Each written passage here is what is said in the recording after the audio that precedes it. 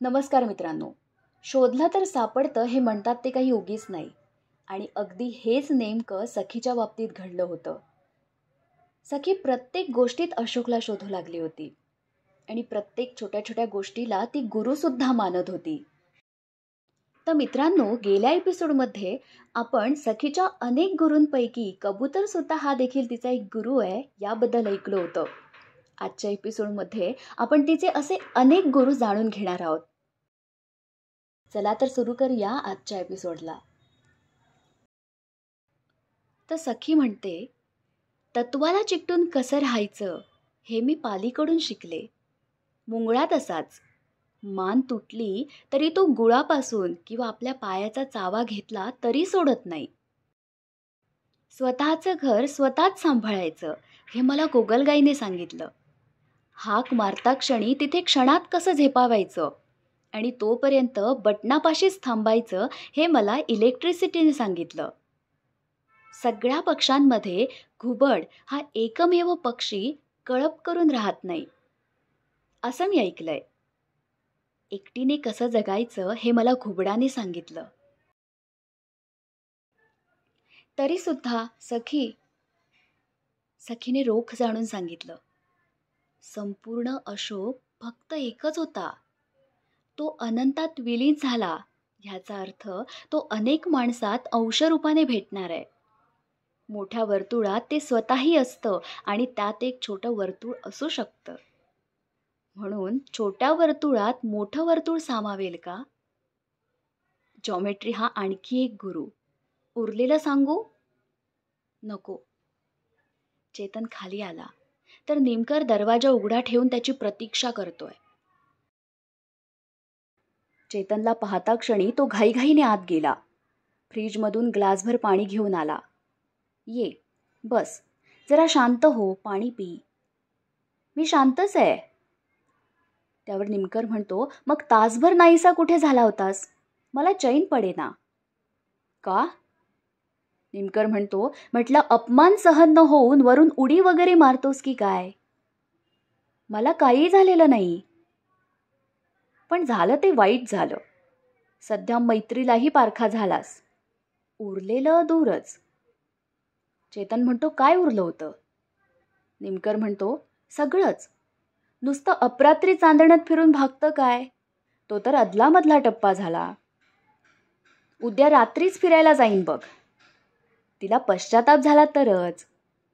त्याची आम्हा दोघांनाही गरज नाही. सकाळी छान टवटवीत फुलं घेऊन येतो गुलाबाची, सगळ्या रंगाची. त्यातल्या त्यात पिवळा गुलाब शोधतो. त्यावर निमकर म्हणतो, का? तिला तो जास्त आवडतो का? लक्षात ठेवीन. कधी नंबर लागला तर? निमकर निर्लज्जपणे म्हणाला. त्यावर चेतन म्हणतो, सूर्यफूल मिळणार नाहीत म्हणून पिवळा गुलाब. म्हणजे ती सूर्यफुलाला गुरु मानते. मला कळलं नाही. निमकर, ती म्हणते, समाज तप्त सूर्यासारखा असतो. आगीचा कितीही वर्षाव झाला तरीही ती सूर्यफूल सूर्याकडेच पाहत राहतात, तोंड फिरवित नाहीत. माझ्यासारख्या निराधार बाईकडे समाज असाच बघत असतो, सूर्यासारखा रोखून. अशा समाजाला तोंड देतानाही टवटवीत राहायचं हे सूर्यफुलांनी शिकवलं. निमकर म्हणाला, समजणं कठीण आहे. विचार करूच नकोस.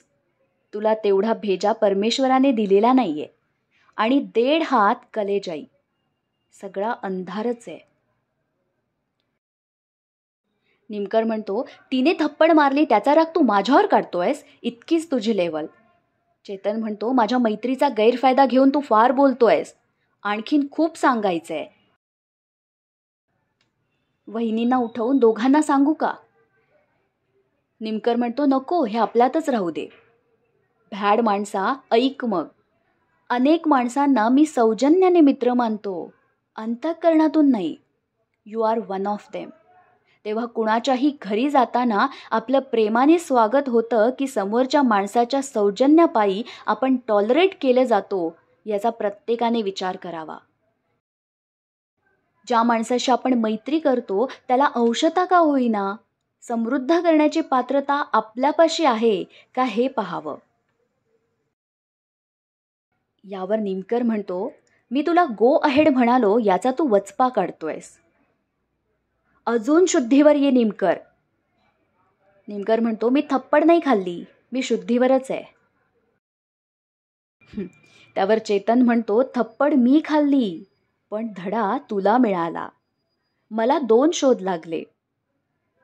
सांगून टाक, आता समर्थन करायलाच हवं तुला. मग चेतन ठरवून म्हणाला, तुझ्या बुद्धीची कीव करण्यात मी आता वेळ घालवत नाही. जे सांगायचंय ते सांगतो, जेवढं उमटेल तेवढं सांभाळ. सखीचा नवरा अत्यंत वर्सटाईल असावा असा माझा शोध. वर्सटाईल म्हणजे बहुगुणी, अष्टपैलू वगैरे वगैरे. माझ्या मते तो ह्या शब्दाच्याही पलीकडचा होता. जीवन आयुष्य जितक्या फ्रिक्वेन्सीवर जगता येतं त्या सगळ्यात तो पारंगत असावा. सतत आनंदी राहणं म्हणजेच अध्यात्म. तो सिद्ध पुरुष होता. 5च वर्षांच्या कालावधीत त्याने सखीसारखं एक शिल्प घडवलं.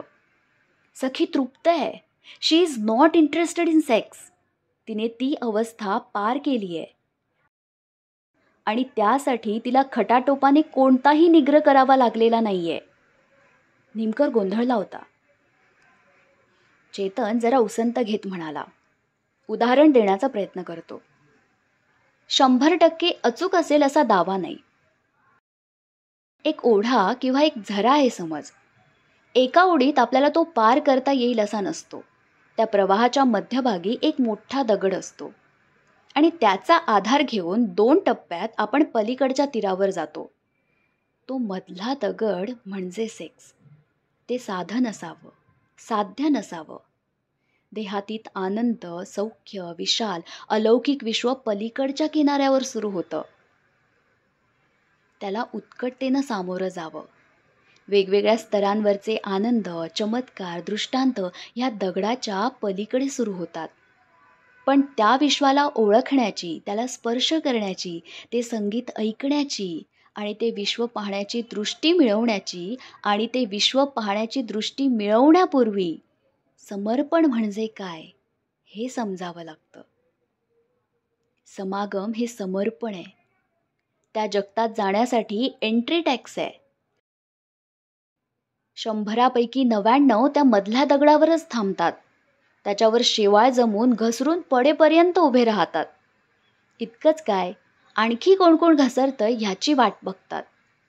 फॉर युअर काइंड इन्फॉर्मेशन, सखी कधीच पलीकडच्या किनाऱ्यावर पोचली आहे. मी म्हणूनच अत्यंत आनंदात आहे. निमकरच्या हे सगळं डोक्यावरूनच जाणार होतं. त्याने विचारलं, पलीकडे आणखी एखादा दगड असेल तर? चेतन म्हणाला, जे पहिला दगडच सोडायला तयार नसतात ते पलीकडच्या किनाऱ्यावर उडी मारतात. ते फक्त असेच वेगळे दगड सापडावेत म्हणून. आणि फक्त नजर कमावलेल्या लोकांना इतर आनंद, विशाल जीवन, किती विविधतेने निसर्ग शिलंगणाचं सोनं वाटतोय हे दिसतच नाही. सत्ता, पैसा, पद, प्रतिष्ठा आणि स्त्रीमुख हेच दगड अगोदर आपल्याला सापडतात. आपल्या समाजात नीती, अनिती फक्त स्त्री पुरुष संबंधाभोवती. आम्हाला अशिक्षित भ्रष्टाचारी मंत्री चालतो. खुनी, लुटारू आमदार चालतात. परदेशी बँकेत खाती उघडणारे, परदेशात जमिनी सुद्धा घेणारे मंत्री चालतात.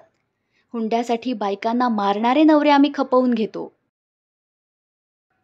शिक्षण क्षेत्रातील गुंडगिरी आम्ही सहन करतो. बँकांच्या गैरव्यवहारांकडे दुर्लक्ष करतो. मोठ्या खपाच्या दैनिकातून चारित्र्यशून्य नटनट्यांचे फोटो कधी छापून येतात त्या पुरवण्यांची सत्ता आम्हाला प्रिय वाटते. दिलेला शब्द न पाळणे ही आमची सुशिक्षितता. युनियन नेत्यांच्या पाठिंब्याने माजलेल्या क्लास 4 सेवकांचा उद्धटपणा नीतिमत्तेत बसतो. सचिवालय, म्युनिसिपल कॉर्पोरेशन सारख्या यंत्रणेत वरिष्ठ अहंमन्य अधिकाऱ्यांनी नियमांवर बोट ठेवून हाताखालच्या लोकांची गळचेपी केली तर ती निमूट सोसतो. नेमक्या संकटाच्या वेळी रिक्षा, टॅक्सीवाल्यांचा आधार वाटण्याऐवजी ते दरोडे घालतात ते चालतं. प्रेताच्या अंगावरचे दागिने पळवणारे पोलीस आणि स्मगलर्सच्या मंगल कार्यात भाग घेणारे मंत्री, 3 स्टार हॉटेल्स चालवणारे विरोधी पक्षाचे आमदार, हे सगळं चारित्र्यच ना. ह्यांच्याशी 2 हात करणारी मनगट आम्ही गमावली, म्हणून फक्त स्त्री पुरुष नातं ह्या एकमेव विषयावर आम्ही आमची जीभ 2 हात लांब काढून बोलतो. 2 नंबरच्या पैशांनी घेतलेल्या गाड्यांना मारुतीचं नाव देऊन आम्ही केवळ हनुमानाची विटंबना केली नाही, तर इमान, सेवाभाव, शक्ती आणि तेज सगळ्यांची निर्भत्सना केली. सावरकरांसारख्या विचारवंतांना आम्ही कुजत ठेवलं. आंबेडकरांचे खरे विचार बाजूला ठेवून मतांसाठी सवलतींचे मळे पिकवले. 55 कोटी परदेशाला द्यायला लावणाऱ्या बापूंचं गुणगान, तोच देश आपल्याला लुटत असताना किती वर्ष करायचं? त्यांच्याप्रमाणे नुसता पंचा गुंडाळून जगण्याचं धाडस एका तरी पुढाऱ्याजवळ आहे का? ओ नो, चुकीचं बोललो. आजचे पुढारी कमरेचंही सोडण्या एवढे धीट आहेत. तू शिवाजी पार्कवर नाहीस, निमकरच्या घरात आहेस. काही फरक पडत नाही. इथं एकच निमकर आहे. शिवाजी पार्कवर हजारो निमकर भेटतील. तुम्हाला कुणालाही सखी समजणार नाही. तिला संपूर्ण अशोक भेटलाय. ती पलीकडच्या किनाऱ्यावर आहे. तिथं मर्यादित शरीर नाही, असीम भावरूप आहे. कळलं? त्यावर निमकर म्हणतो, तुला स्वाभिमान नाही. मला कुणी मारलं असतं तर मी तिचं नाव घेतलं नसतं. हेच तुला समजलेलं नाही. 2 शोधांपैकी एक शोध मी तुला सांगितला. तुझ्या निर्भूततेचा मला आता हेवा वाटतो. तू सुखी आहेस. जाऊ दे, दुसरा शोध सांग. सखीने थप्पड मला नाही मारली, समाजाला मारली, तुला मारली. समाजाचं नाव निमकर. कळलं? निमकर सारख्या माणसाला जेवढं समजण्यासारखं होतं तेवढंच समजलं. चेतन खरोखरच दुसऱ्या दिवशी सकाळी सकाळी पिवळ्या गुलाबाची फुलं घेऊन सखीकडे आला. तिने दार उघडलं. चेतनच्या हातातली फुलं पाहून आणि चेतनची स्वच्छ नजर पाहून ती म्हणाली, अशोक, आजचा दिवस चांगला जाणार. तर मित्रांनो, ही कथा तुम्हाला माझ्या आवाजात कशी वाटली हे कमेंट्सद्वारे नक्की कळवा. आणि अशा अनेक गोष्टी जर तुम्हाला माझ्या आवाजात ऐकायच्या असतील तर त्याही बद्दल कळवा. पण त्यापूर्वी लाईक करा, शेअर करा आणि हो, मनाच्या लायब्ररीला जोडून राहण्यासाठी मनाच्या लायब्ररीला सबस्क्राईब देखील करा. धन्यवाद.